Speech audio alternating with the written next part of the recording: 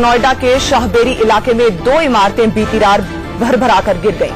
अब तक मलबे में से 4 शव निकाले जा चुके हैं। मौके पर रेस्क्यू का काम भी जारी है। एनडीआरएफ और पुलिस की टीम राहत बचाव के काम में जुटी है। जो 2 इमारतें गिरी हैं उनमें से एक बनकर तैयार थी। कुछ लोगों ने 2-3 दिन पहले गृह प्रवेश भी कर लिया था। प्रशासन और अथॉरिटी किस कदर लापरवाह रही, इस बात का अंदाजा ऐसे ही लगाया जा सकता है कि उन्हें भी नहीं पता कि इस बिल्डिंग में कितने लोग रह रहे हैं, यानी मलबे में अब तक कितने लोग दबे हैं, ये किसी को नहीं मालूम है। और जिन लोगों को पता है कि इस इमारत में उनके परिजन रहने आए थे, वो मलबे के बाहर इस उम्मीद से खड़े हैं कि कोई चमत्कार हो जाए। जो परिजन वहां पर मौजूद हैं, उनकी आंखों में आंसू है और प्रशासन के लिए गुस्सा है। आज इंडिया रिपोर्टर में सरकार और प्रशासन को इंडिया न्यूज के सवालों का जवाब देना होगा। ग्राउंड जीरो से इंडिया न्यूज के संवाददाताओं की जब रिपोर्ट्स देखेंगे आप, तो आप कहेंगे कि यह हादसा नहीं है, ये हत्या है।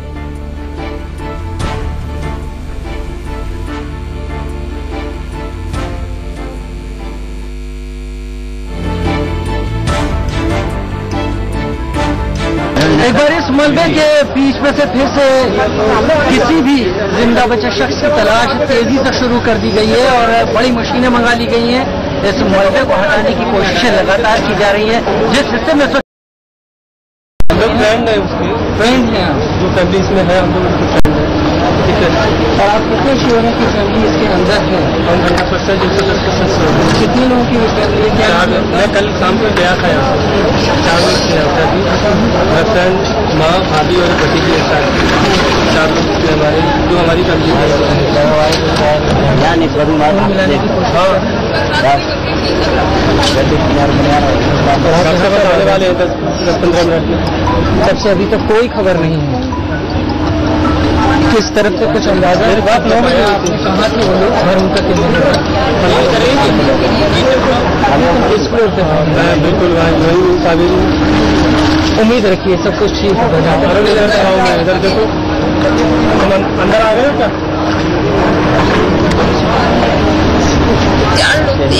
अरे मैं तो बिल्कुल अंदर फ्लैट जहाँ टूट रहा है ना, वो गति भी चल रही है।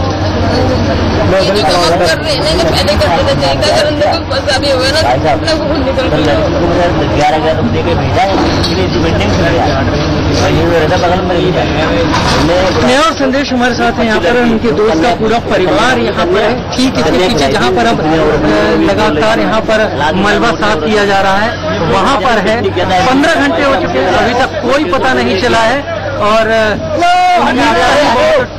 लेकिन का सिरा जरूर जुड़ा है। जल्द उनको बचा जरूर लिया जाएगा। इस बीच काम तेजी से यहाँ पर हो रहा है। कैमरा पर्सन कृपाल के साथ राजीव शर्मा, इंडिया न्यूज, शाहबेरी गांव, ग्रेटर नोएडा वेस्ट। जैसे इस हादसे की खबर लगी, इस बिल्डिंग में जो लोग रह रहे थे, उनके नाते रिश्तेदार, उनके परिजन मौके पर पहुंचना शुरू हो गए हैं। उनकी हालत बड़ी खराब है। ऐसे ही कुछ परिजनों से जो कि परेशान थे, उनसे बात की हमारे संवाददाता मोहित ने। ग्रेटर नोएडा में जो बिल्डिंग जमींदोज हुई है, उसमें शिव नाम के शख्स ने अपने परिवार के साथ पिछले शनिवार को शिफ्ट किया था। शिव के कुछ कलीग्स हमारे साथ हैं जो उनके साथ कंपनी में काम करते हैं, आइए जानते हैं। सर, शिव ने यह मकान लोन पे लिया था या अपने पैसों से लिया था? शिव ने ये मकान लोन पे लिया है और अभी जैसे आपने बताया शनिवार को यहाँ पे शिफ्ट हुए थे ओनली। एंड अभी जो उनके साथ में उनकी मम्मी और उनकी भाभी और उनकी 1 साल की भतीजी आज साथ में, ये बताया जा रहा है उनको, क्योंकि अभी शनिवार को इनॉग्रेशन हो गया था। उसके बाद कौन, उस दिन तो बहुत सारे लोग आए थे, अब कौन कौन यहाँ पे थे, कौन कौन नहीं थे। अभी उनके कुछ और रिश्तेदार भी यहाँ पे आए हैं, तो पता लगा कि ये लोग साथ में थे कल उनके पास में। आप लोग भी शामिल हुए थे इनॉग्रेशन पार्टी में? इनॉग्रेशन में मैं नहीं आया था due to some reason, but हमारे साथ के और लोग आए थे। अभी वहाँ पे अवेलेबल नहीं है वो लोग आए थे यहाँ पर। सर, शिव के बारे में और बताइए कि अब यहाँ पे मकान कौन से फ्लोर पे लिया था उसने और कितना खुश था परिवार जब नए मकान में जा रहा था? सर, मकान एक नॉर्मल आदमी के लिए मकान शायद जिंदगी में आदमी एक बार लेता है। बहुत सारे लकी लोग होंगे जो 2 बार ले लेते होंगे। तो शिव अभी जस्ट 27-28 साल का रहा होगा है। Only he is a young guy basically और वेरी एनर्जेटिक गाय, हमारे साथ काम करता है। एंड उसने अपनी मेहनत से और जो भी वो फैमिली से सपोर्ट ले सकता है, जो भी वो लोन ले सकता है रिश्तेदारों से, मिल के उसने मकान लिया था। वो बहुत ज्यादा खुश था। मेरे पास बहुत सारी मोबाइल में पिक्चर्स भी है। मैंने इसी घर के लिए वो टेक्सचर पेंट और वॉलपेपर की बहुत सारी बात हो रही थी, तो बहुत सारे वो घर के पेंट उसने मेरे को पिक्चर्स भी मेरे साथ शेयर किया कि सर मैंने ये वॉलपेपर लगाया दिस एंड दैट। तो अभी के जो सिनेरियो हम लोग देख रहे हैं कि मतलब हम लोगों के लिए तो ये बहुत बड़ा, उसके फैमिली के तो इतना बड़ा झटका है ही, खैर इतना बड़ा ये है। और हम लोग बिल्कुल स्पीचलेस हैं। कि और यही दुआ कर रहे कि अभी भी वो इसके अंदर जिंदा हो। और कैमरामैन हिमांशु के साथ मोहित ओम, ग्रेटर नोएडा, इंडिया न्यूज। इसी बिल्डिंग में मरने वालों में एक मजदूर भी है, शायद जो इसी बिल्डिंग में काम करता था। उसकी बेटी और बीवी का रो रो कर बुरा हाल है। अजीत श्रीवास्तव की रिपोर्ट देखिए। हमारे साथ वो परिवार के लोग सदस्य मौजूद हैं जिन्होंने अपने फादर को खोया है। किरण है बेटी उनकी, हम उनसे ही बात करते हैं। किरण, आप यहाँ पे आए हुए हो, क्या मिले कि नहीं? कुछ बातचीत पता चली? कहाँ पे है? नहीं मिला, नहीं मेरा पापा कहाँ मिला? बताइए। नहीं। तो क्या अभी क्या हुआ कुछ? तो यहाँ पर ये किरण है, रो रही हैं, अपने फादर को तलाश कर रही हैं क्योंकि फादर इनके जो हैं बताया जा रहा है कि यहाँ पे काम करते थे और यहाँ पर रहते भी थे।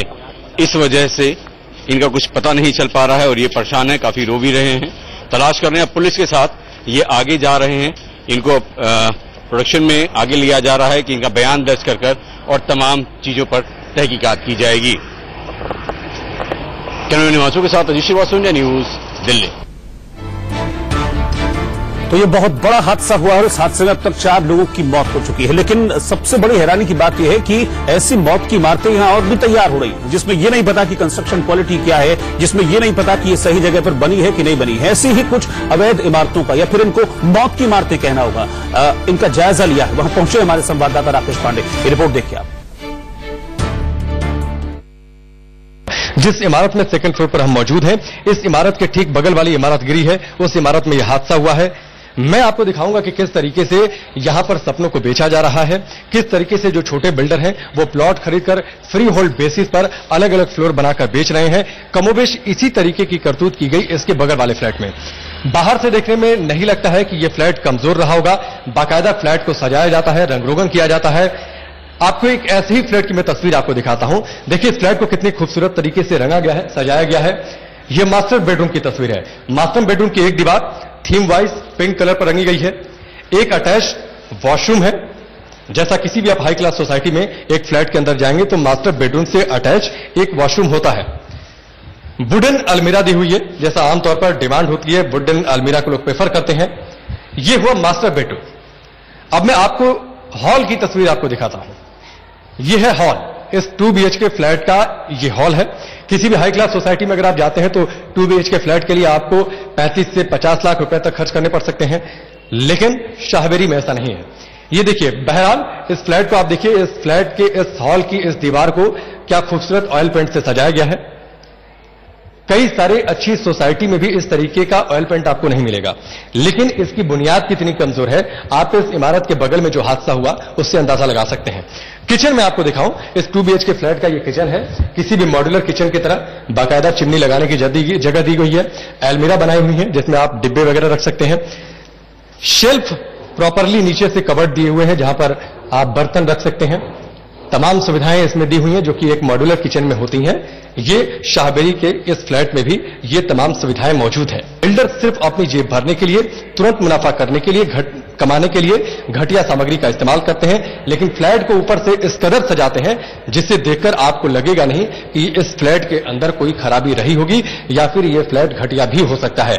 ऐसा ही कुछ इसकी बगल वाली इमारत में हुआ, लेकिन जो लोग मौजूद थे, जो मजदूर मौजूद थे, उन्हें अपनी जान से हाथ धोना पड़ा है।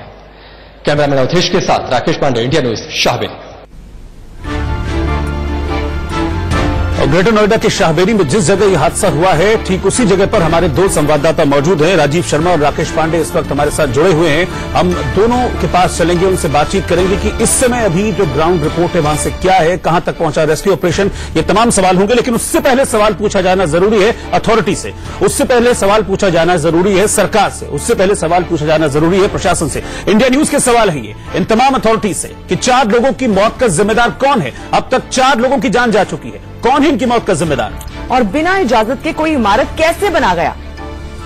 ये सवाल उठता है कि जब परमिशन नहीं थी तो कैसे यहां पर इमारत इतनी बड़ी खड़ी कर दी गई, और जब अवैध निर्माण हो रहा था, जब ये इमारत बन रही थी, तब अथॉरिटी कहां थी। जब यहां पर ईंटें लगाई जा रही थी, जब यहां पर सीमेंट आ रहा था, कहां थी अथॉरिटी। देखिए, सवाल यह भी बनता है कि अथॉरिटी के किन किन अफसरों ने रिश्वत ली, क्योंकि ये यूं ही तो हो नहीं गया होगा। बिल्कुल जाहिर सी बात है, जब इतनी बड़ी यहां पर इमारत बन रही तो उसको माना नहीं जा सकता। इस हादसे के लिए सिर्फ बिल्डर और ब्रोकर ही जिम्मेदार है क्या। जब घटिया सामग्री का इस्तेमाल हो रहा था तब भी किसी ने नहीं देखा। तो इस तरह के काम जब हो रहे होते हैं तो अथॉरिटीज का फर्ज बनता है कि वो देखें। और जो इलाके में बन रही सैकड़ों इमारत हैं, उनको निर्माण की इजाजत कैसे मिल गई? जब ये अवैध बन रही हैं तो इनको बनाने के लिए कैसे परमिशन मिली?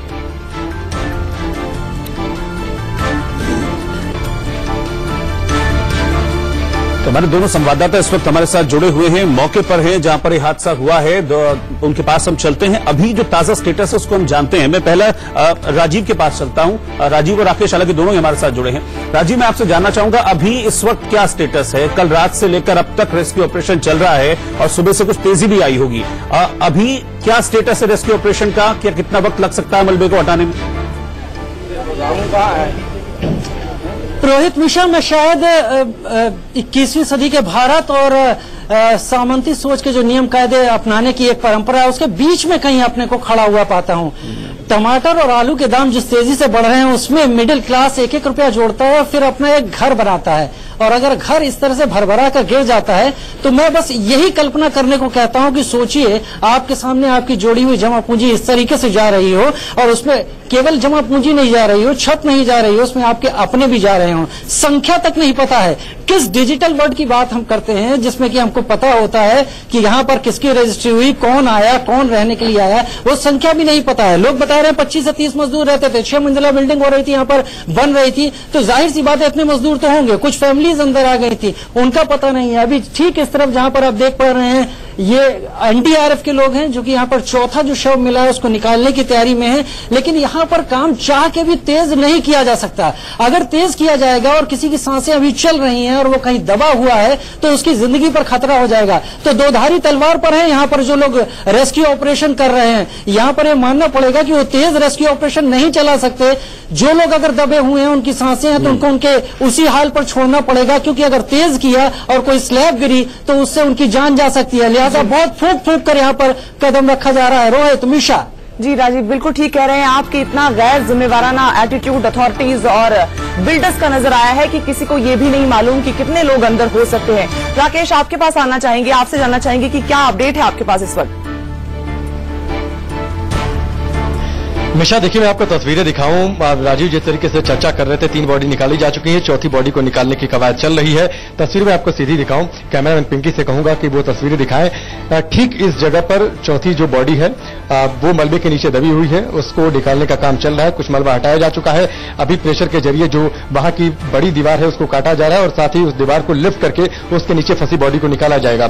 संभवतः हो सकता है अगले 20 से 25 मिनट या फिर आधे घंटे का वक्त लगे जब इस बॉडी को निकालने में एनडीआरएफ के लोगों को कामयाबी मिले। लेकिन ये संख्या कितनी है मलबे में दबे लोगों की, ये ठीक ठीक पता नहीं है। कहा यह जा रहा है कि 3 से 4 मजदूरों के परिवार थे जो बेसमेंट में रह रहे थे, वो दबे होंगे। 1-2 परिवार ऐसे थे जो गृह प्रवेश कर चुके थे, वो शिफ्ट किए थे, वो लोग दबे हो सकते हैं। और एक दूसरी तस्वीर में आपको दिखाऊं मिशा, आप एक रेस्क्यू का काम यहां से चल रहा है, यहां से मलबे को हटाने का काम चल रहा है। एनडीआरएफ की एक टीम ठीक इस मलबे के बीचों बीच से छेद करके अंदर ये जानने की कोशिश कर रही है कि क्या वहां पर कोई दबा हो सकता है, क्योंकि कहा यह जा रहा है कि ये जो इधर वाला हिस्सा है ये उस नई इमारत का हिस्सा है जो बनकर तैयार थी।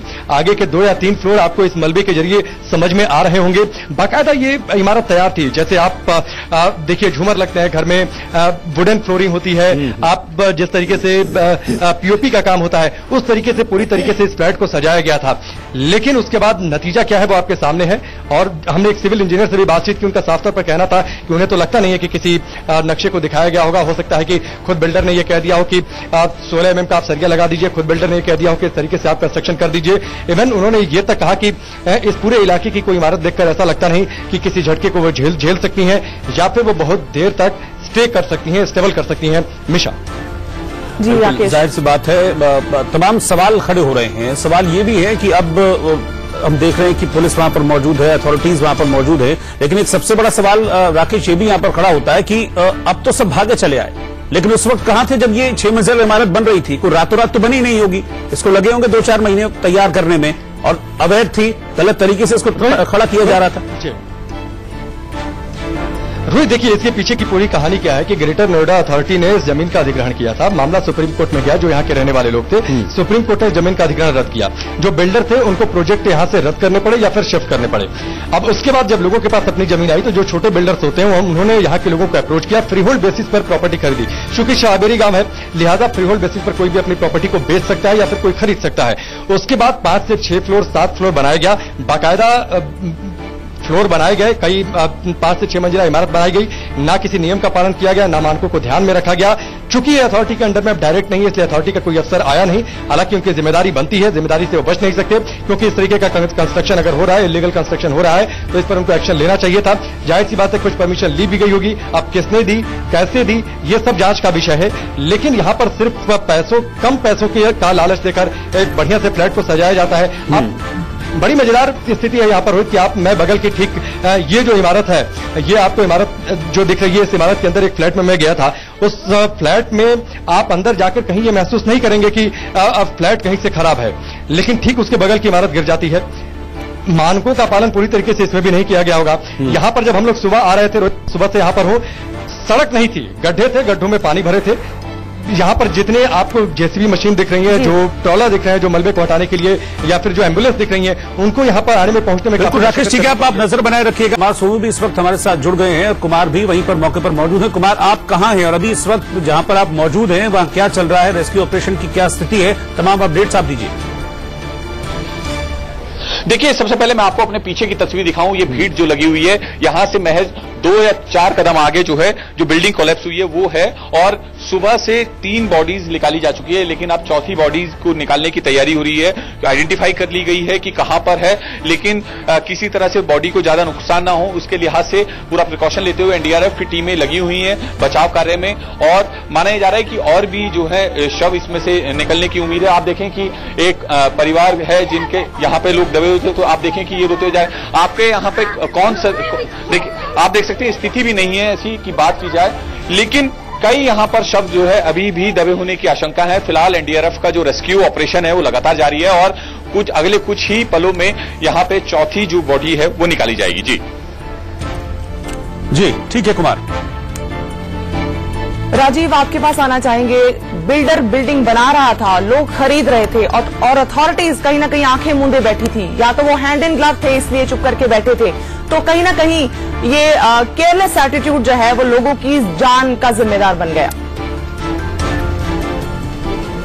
निशा, एक बात सोचने वाली है यहाँ पर, और वो बात यहाँ पर ये है कि अगर यहाँ पर अधिग्रहण रद्द भी हो गया था और वो चीजें जमीन वापस दे दी गई थी और यहाँ से चले गए थे, तो दिल्ली एनसीआर का जो पूरा इलाका है ये एक मास्टर प्लान का हिस्सा होता है। इस मास्टर प्लान के हिस्से में किसी भी तरह का निर्माण, किसी भी तरह का सोसाइटी डेवलपमेंट, बाकी सारी चीजें विदाउट परमिशन नहीं हो सकती। यानी एक तरह का चेक एंड बैलेंस होना जरूरी था। तो एक लेयर है, पूरी तरह बनाने से लेकर बेचने तक एक बहुत बड़ा नेक्सस होता है, और उसको हम सभी कहीं बहुत या तो भुगत चुके होते हैं या हम सब जानते हैं कि किस तरीके से हो रहा है। 7-8 तरह की एनओसी होती है। अगर एक बिल्डिंग खड़ी की जा रही है, उस एनओसी को लेने में कई लोग शामिल रहे होंगे। तो अगर केवल इस घटना से इसको जोड़कर देखा जाए तो ये आज खत्म हो जाएगी और कहीं दूसरी एक बिल्डिंग तैयार हो जाएगी जो कि दुर्घटना का कारण बनने की तैयारी कर रही होगी। इसमें इन तमाम फैक्टर्स को देखना होगा कि सब कहां से मिली भगत हो जाती है और आखिर कैसे क्लियरेंसेस होते चले जाते हैं, और फिर उसके बाद कोई ध्यान देने वाला नहीं होता। तो जो सवाल आपने उठाया वो अपनी जगह वजह रखता है, और इस पर देखा जाना बहुत ज्यादा जरूरी है। नहीं तो इसी तरीके से हम गिनते रहेंगे, इसी तरीके से हम यहाँ पर एनडीआरएफ की फोर्स देखते रहेंगे ऐसे ही कई जगहों पर, और ऐसे ही यही सब ऑपरेशन होते रहेंगे। जी राजीव, राकेश, कुमार, आप हमारे साथ बने रहिए। जब बिल्डिंग गिरी उस समय वहां मौजूद लोगों का क्या कहना था वो आपको सुनवाते हैं।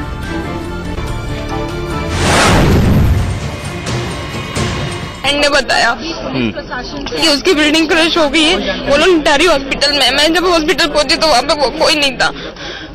परिवार में कितने सदस्य थे यहाँ पर और कौन थे वो लोग? उसकी मम्मी, भाभी और भतीजी। पता नहीं चल रहा, सामान वगैरह सब यही डला है, बट वो लोग कोई नहीं दिख रहा। सर जान बच गई, लेकिन बची ना बची बराबर मेरा सब कुछ लूट चुका है। सर मेरा सब कुछ लूट गया है यहाँ पे। मैं अपनी मेहनत मजदूरी यहाँ लगा चुकी हूँ पाई करके। जान बचने से क्या होगा, मेरा सब तो चला गया ना यहाँ पे। पैसे दे के वही काम दबा रहे थे कि ठीक है हो जाएगा, हम राउंड लगा देंगे। तहसील वाले उस दिन आए थे, मेरे से बोले मान वाले अच्छे पैसे वाले हैं, आप ऐसा करो इनसे ले दे के कुछ काम कर लीजिए। अब बताइए, ले दे के काम करे, कल को हमने अपनी जान खो देंगे।